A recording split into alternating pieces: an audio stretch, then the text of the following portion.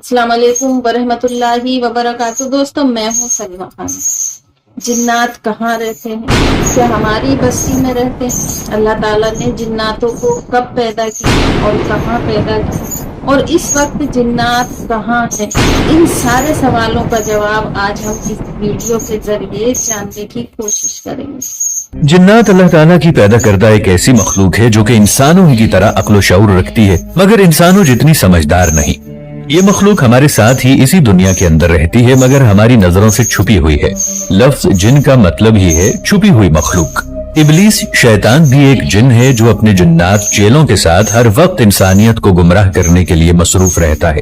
जिन्नात अल्लाह ताला की एक ऐसी मखलूक है जिन्हें इंसान की पैदाइश से भी पहले पैदा किया गया था, लेकिन कितना पहले, इस बारे में हमें कोई भी तफसीली मालूमात कुरान और हदीस से नहीं मिलती, मगर इनका वजूद कुरान और हदीस से साबित है कि ये मखलूक न सिर्फ वजूद रखती है बल्कि इनकी अपनी एक अलग दुनिया है जो इंसानी नजरों से दूर किसी अलग डायमेंशन में रहती है। दोस्तों, वीडियो में आगे बढ़ने से पहले पाकिस्तान के सबसे बड़े साइंटिफिक चैनल इफ टीवी को सब्सक्राइब कर लें और साथ मौजूद बेल आइकन को प्रेस कर लें ताकि हमारी आने वाली वीडियोस आप तक बर वक्त पहुंचती रहें। दोस्तों, आज के दौर की साइंस जो कि हर रूहानी और मजहबी हुक्म के पीछे मंतिक, लॉजिक और इस चीज की मौजूदगी का सबूत तलाश करती है, और ये सब न मिलने पर इस रूहानी दुनिया के वजूद, मसलन अल्लाह ताला के वजूद, फरिश्ते, जन्नत, जहन्नम, रूह और जिन्नात के वजूद का भी इनकार करती है, क्योंकि एक तो उन्हें इंसानी नजरों से इनकी असली सूरत के अंदर देखना मुमकिन नहीं, और दूसरा इन्हें लेबोरेटरीज के अंदर तजर्बात के जरिए साबित करना भी मुमकिन नहीं। मगर ये बात हकायक के खिलाफ है, क्योंकि दुनिया के अंदर इस वक्त बेशुमार ऐसी चीजें हैं जो कि हमारी नजरों से ओझल हैं, हमें नजर नहीं आती, मगर हम अपनी रोजमर्रा जिंदगी के अंदर इन्हें इस्तेमाल करते हैं। फिर चाहे वो मोबाइल फोन्स पर मिलने वाले सिग्नल्स हों, इंफ्रारेड रेज हों या सूरज की तपिश वगैरह, ये सब चीजें हमें नजर तो नहीं आती, लेकिन क्या ये मौजूद नहीं है? क्या हम इनकी मौजूदगी से सिर्फ इसलिए इनकार कर सकते हैं कि वो हमें नजर नहीं आती? अल्लाह पाक कुरान करीम के अंदर फरमाते हैं कि मैंने जिन्नात और इंसानों को महज अपनी इबादत के लिए पैदा किया। मजीद सूरह जिन और सूरह रहमान के अंदर भी इनका जिक्र नाम के साथ मौजूद है, मगर साइंटिफिकली तौर पर इनके वजूद को साबित करने के लिए आज तक कोई भी ठोस सबूत मौजूद नहीं थे कि आखिर कैसे वो इंसान के जिस्म में खून की सूरत में बह सकते हैं, अपनी शक्लें बदलकर एक मादी जिस्म में बदल सकते हैं। मगर हालिया साइंटिफिक रिसर्च ने साइंसदानों को हैरत में डाल दिया है। इस रिसर्च ने साइंटिस्ट्स को एहसास दिलवाया कि वो दरअसल हमारी दुनिया और कायनात के बारे में कुछ भी नहीं जानते, क्योंकि हिग्स बोसन हो या डार्क मैटर और डार्क एनर्जी हो, हमें बस ये पता है कि ये सब मौजूद हैं और इनका किरदार हमारी तख्लीक और रोजमर्रा जिंदगी से भी है, मगर ये कैसे काम करते हैं हमें ये नहीं पता। लेकिन अब इस लिस्ट के अंदर एक ऐसा नाम शामिल कर दिया गया है जिसे न्यूट्रिनोस कहते हैं, और ये एक ऐसा फंडामेंटल और पुरअसरार किस्म का पार्टिकल है जिसे गोस्ट पार्टिकल भी कहा जाता है, यानी जिन्नात की तरह हमारी नजरों से दूर मगर हमारे आसपास भी मौजूद है। फंडामेंटल पार्टिकल्स उन्हें कहते हैं जो इस पूरी कायनात के अंदर साइज में सबसे छोटे हों। इनसे छोटे साइज के अंदर कोई भी पार्टिकल नहीं होता, यानी ये हर एक चीज का बेसिक स्ट्रक्चर है जिसके बारे में हम बहुत कम जानते हैं। ये साइज में कितने छोटे होते हैं, इसे आप एक फिल्म एंट मैन के सीन से समझ सकते हैं, जहां फिल्म के हीरो के सूट में कोई खराबी की वजह से उसका साइज छोटे से मजीद छोटा होता चला जाता है, इतना छोटा कि फंडामेंटल पार्टिकल से भी छोटा हो जाता है, जिसे क्वांटम वर्ल्ड कहते हैं। हैरत अंगेज तौर पर ये गोस्ट पार्टिकल मैसलेस नहीं होते। इनका मैस कम तो जरूर होता है, मगर ये मैसलेस नहीं होते, इसीलिए इनके असर को डिटेक्ट करना भी पॉसिबल नहीं होता। साइंसदानों का भी यही मानना है कि गोस्ट पार्टिकल दरअसल जिन्नात का वजूद हो सकते हैं, जो कि एनर्जी की सूरत या किसी फोर्स की सूरत में इंसानी जिस्म के अंदर ट्रैवल कर सकते हैं, इंसानी सोच और जिस्म पर असरअंदाज हो सकते हैं और अपनी शक्ल बदलकर किसी मैटर, मसलन कुत्ते, बिल्ली वगैरह की शक्ल में भी बदल सकते हैं। इस्लामी रिवायात से भी हमें यह पता चलता है कि जिन्नात की औलाद या तादाद इंसानों से कहीं ज्यादा होती है। इनकी रसाई पहले आसमान तक है, और हैरत अंगेज तौर पर साइंसदान ये भी कहते हैं कि 100 ट्रिलियन के करीब न्यूट्रिनोस हमारी बॉडी के पास और इसके अंदर से हर वक्त गुजर रहे हैं, और स्पेस में भी बेतहाशा तादाद में मौजूद हैं। 23 फरवरी को जापान की न्यूट्रिनो ऑब्जर्वेटरी में सुपर कैमियोकोंडे में, जो कि सतह जमीन से 1000 मीटर नीचे मौजूद है, यहाँ पर गोस्ट पार्टिकल को पहली बार ऑब्जर्व किया गया और पता चला कि किसी बड़े धमाके या सुपरनोवा जैसे इवेंट के नतीजे में ये पैदा हुए, इन्हें तख्लीक किया गया। मगर हम ये अब तक नहीं जानते कि ये दरअसल क्या क्या कर सकते हैं। یہ روشنی کی رفتار سے ہر لمحہ زمین پر اور خلا میں ٹریول کر رہے ہیں اور یہ اپنی شیپ بدلنے کے ساتھ ساتھ مختلف ڈائمینشنز میں بھی جانے کی صلاحیت رکھتے ہیں۔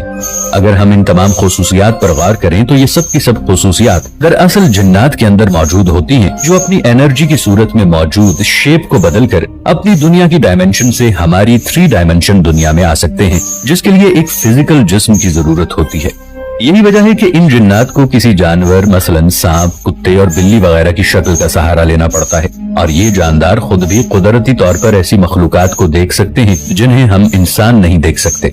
اللہ تعالیٰ نے کسی مصلحت کی وجہ سے جنات کی دنیا کا انسانوں سے پردہ رکھا ہوا ہے، ورنہ دنیا کا نظام بالکل درہم برہم ہو جاتا۔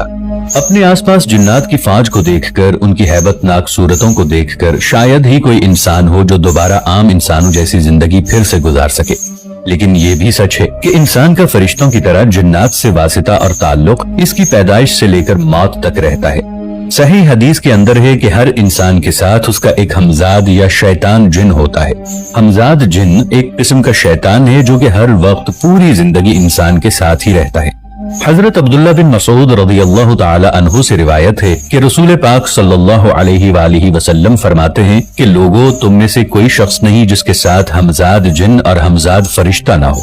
لوگوں نے عرض کی، اے اللہ کے رسول صلی اللہ علیہ وآلہ وسلم، کیا آپ کے ساتھ بھی ہے؟